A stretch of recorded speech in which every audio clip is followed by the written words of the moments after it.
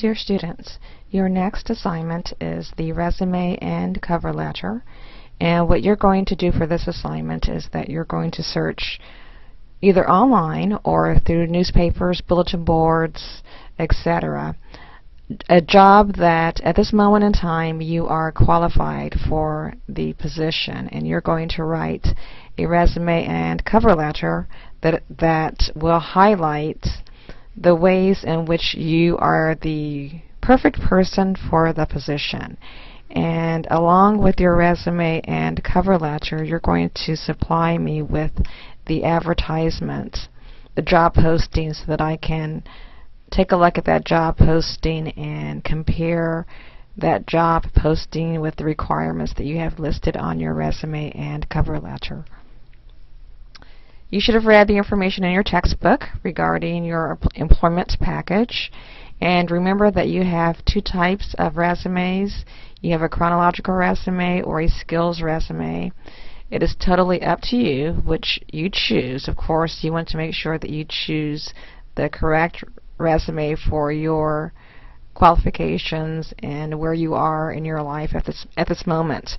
Remember that for a skills resume, it does not focus on dates, so if you have perhaps been out of the employment market for a while, or your education and your experience do not match up, you want to make sure that you use a skills resume, whereas a chronological resume focuses on dates, and so you want to make sure that your major, your experience are in line with the position. So for example, if you see an advertisement for a marketing representative, that would mean that your major would be marketing, you have had some experience working in a marketing department, and this education and experience has occurred within the last 3 years or so. So for a chronological resume, it really does focus on your current qualifications, and also the time in which you received these qualifications, whereas a skills resume focuses solely on the skills that you have acquired throughout your education and work experience. I have included some examples of resumes for you. You can follow these examples as far as the format is concerned, or perhaps you have found another format that is to your liking that will showcase your experience. That's fine. Just remember that whatever format that you choose, you want it to be clean. You don't want it to be too busy. So in other words, you don't want too many things happening. You don't want a lot of bold or various borders or a lot of bullet points or things like that. You want a really good mixture of attributes, of design elements to include on your resume.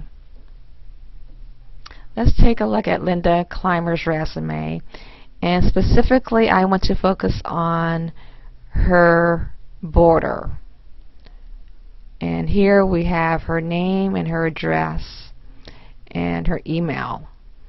Now this is a pretty good border, and I would suggest that whatever border that you use, however you design the border, that you carry that border onto your cover letter as well. And doing so will really make your employment package look like a package, first of all, and it really does look complete. So make sure that whatever design element that you use to highlight your name and your address, your phone number, and your email, that you use that same border on the cover letter. Also make sure that when it comes to your email address, that you have a professional email address. You don't want anything like cooldude.com or anything provocative. You want to make sure that your email address is as close to your name as possible. Many email providers will provide to you several email names, so you have the opportunity to have a fun name for your personal email, but make sure all professional email you have a professional name. So I will let you look through the resumes that I have posted, and then also there are examples in your textbook. And take a look at the student site of your textbook that I have included on your home page under the references materials. And there are some examples of resumes there as well.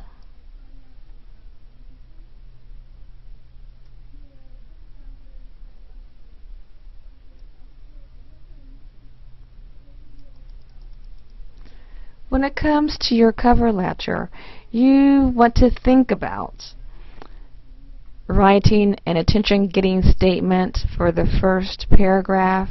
Now, if you're not comfortable with this, I highly recommend that you do not try it. But an attention getter really does, of course, get the attention of your reader, and it makes you stand above all the other candidates. For some positions, there will be literally hundreds of applicants. So you want to think of a way in which you can rise above those applicants, and one way is an attention-getting statement.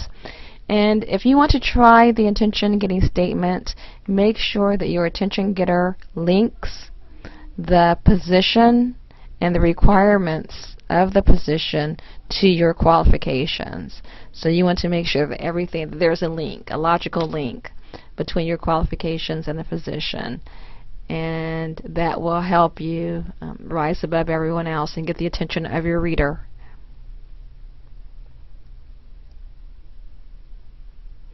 Make sure that you understand the difference between a resume and a cover letter as far as the information that you want to include.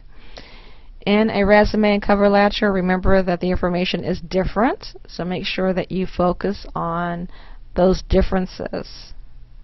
Remember that for your resume, this is really the only business document in which sentence fragments are okay.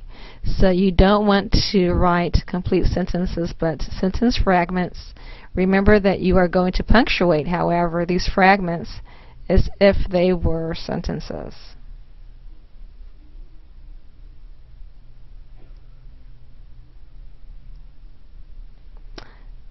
This should be enough to get you started. Of course, if you have specific questions about your resume and cover letter, make sure that you contact me. Be sure to, when you upload the assignment, that you upload both assignments. You can give me separate files if you want to, but you need to make sure that you upload both assignments in the assignment drop box under resume and cover letter. Also, do not forget to send me a copy of the posting. If you get it online, you can just send me the link. That's fine.